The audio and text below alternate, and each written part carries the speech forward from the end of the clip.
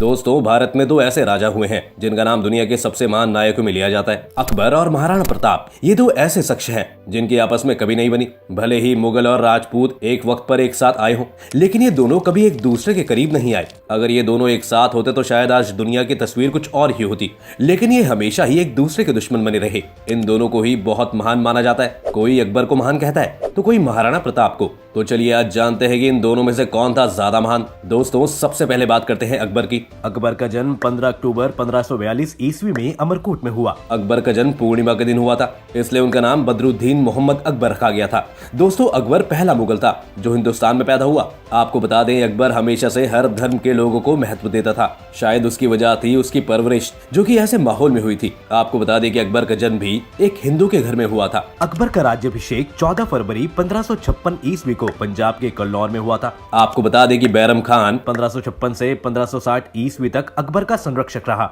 माना जाता है कि अकबर के विचार बहुत महान थे और वो हर धर्म का सम्मान करता था। अकबर का मानना था कि सभी धर्म एक साथ हो और उसने इसके लिए दीन-ए-इलाही की स्थापना भी की थी। ऐसा कहा जाता है कि अकबर ने गैर मुसलमानों को, यानी कि जो लोग मुस्लिम नहीं थे, उन लोगों को भी इस्लाम धर्म को अपनाने के लिए मजबूर नहीं किया था। यहाँ तक कि अकबर ने गैर मुसलमानों पर लगने वाले जजिया कर को भी समाप्त कर दिया था। अकबर जल्दी इस बात को समझ गया था कि हिंदुस्तान में अगर मुगलों को रहना है तो यहाँ के तौर तरीके, रिवाजों, राजपूतों से दोस्ती, ये सब उसे करना होगा। उसने राजा मानसिंह को अपना सेनापति बनाया। अकबर ने अपने धर्म के अलावा कई धर्मों की औरतों को मिलाकर 30 से भी ज्यादा शादियां की थी, लेकिन अकबर की सबसे ज्यादा चर्चा में रहने वाली पत्नी एक हिंदू थी जिनका नाम जोधाबाई था। ये एक हिंदू धर्म की राजपूत राजकुमारी थी। ये आमेर के राजा भारमल की बेटी थी। राजा भारमल ने अकबर की अधीनता को स्वीकार करते हुए अपनी बेटी की शादी अकबर से करवा दी थी। अकबर एकमात्र ऐसा राजा था जिसके दरबार में 9 गुणवान दरबारी थे, जिन्हें की नवरत्न के नाम से भी जाना जाता है। उसमें राजा मानसिंह भी थे जो कि जोधाबाई के भतीजे थे।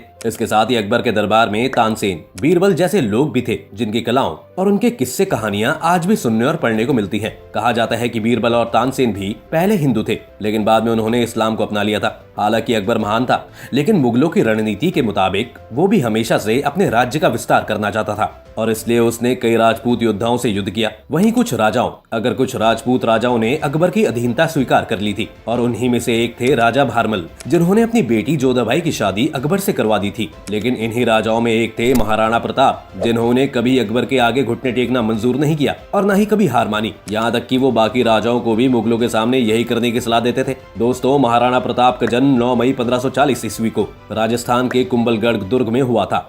महाराणा प्रताप को बचपन में सभी की के नाम लेकर पुकारा करते थे।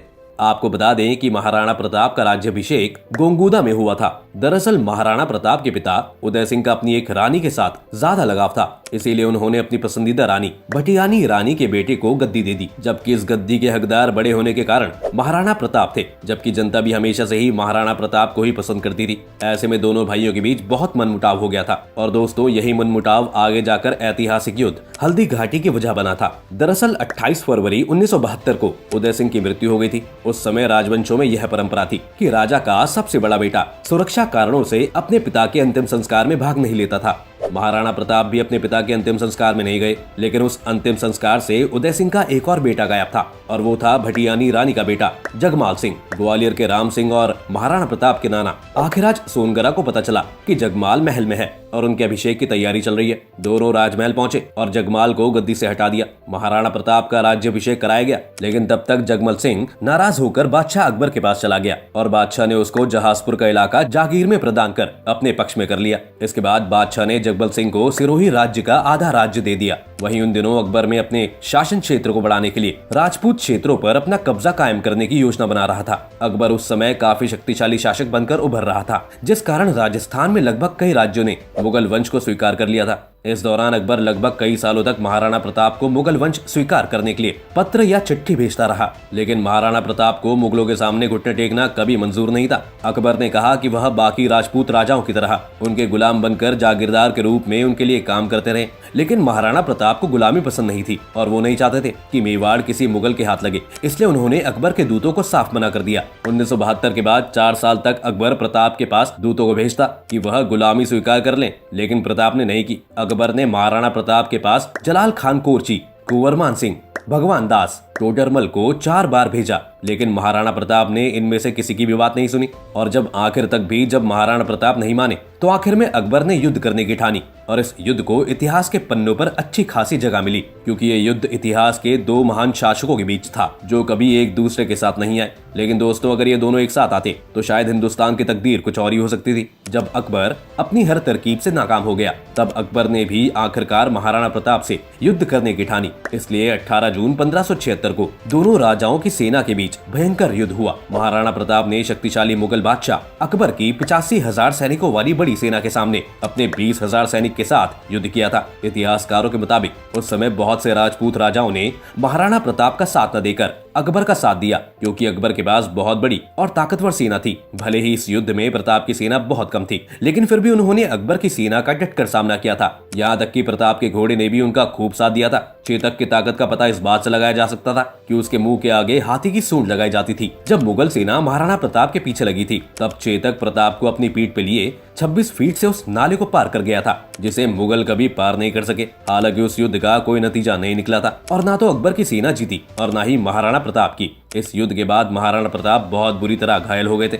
इतिहासकार आज इस बात का दावा नहीं कर पाते हैं कि इस युद्ध में विजेता कौन रहा, क्योंकि ये युद्ध बीच में ही रुक गया था। लेकिन ऐसा कहा जाता है कि अकबर इस युद्ध के बाद से बौखला गया था, इतना कि उसने कुछ समय तक राजा मानसिंह की दरबार की एंट्री पर भी रोक लगा दी थी, क्योंकि अकबर महाराणा प्रताप को झुकाना चाहता था। वो चाहता था कि महाराणा प्रताप उसकी गुलामी को स्वीकार कर ले, लेकिन महाराणा प्रताप ने अकबर की गुलामी को तब भी स्वीकार नहीं किया। और बस इसलिए ही इतिहासकारों के मुताबिक इस युद्ध में जीत महाराणा प्रताप की हुई थी, ना कि अकबर की। वहीं इस युद्ध के लिए कहा जाता है कि प्रताप का हौसला जीत गया था अकबर से, और अकबर की सेना जीत गई थी प्रताप से, क्योंकि अकबर जो चाहता था वो कभी नहीं हो पाया। प्रताप ने अंतिम सांस तक अकबर की गुलामी मंजूर नहीं की थी। अकबर की इतनी कोशिशों के बावजूद भी महाराणा प्रताप कभी नहीं झुके और अपने आखिरी दिनों में भी वो अकबर के साथ युद्ध करने की योजना बनाते रहे। और ऐसे में साल 1597 में 29 जनवरी को उनकी मृत्यु हो गई। ऐसा कहा जाता है कि महाराणा प्रताप ज्यादा महान थे, क्योंकि उन्होंने आखिर तक हार नहीं मानी थी और अकबर भी खुद उनकी महानता को मानता था।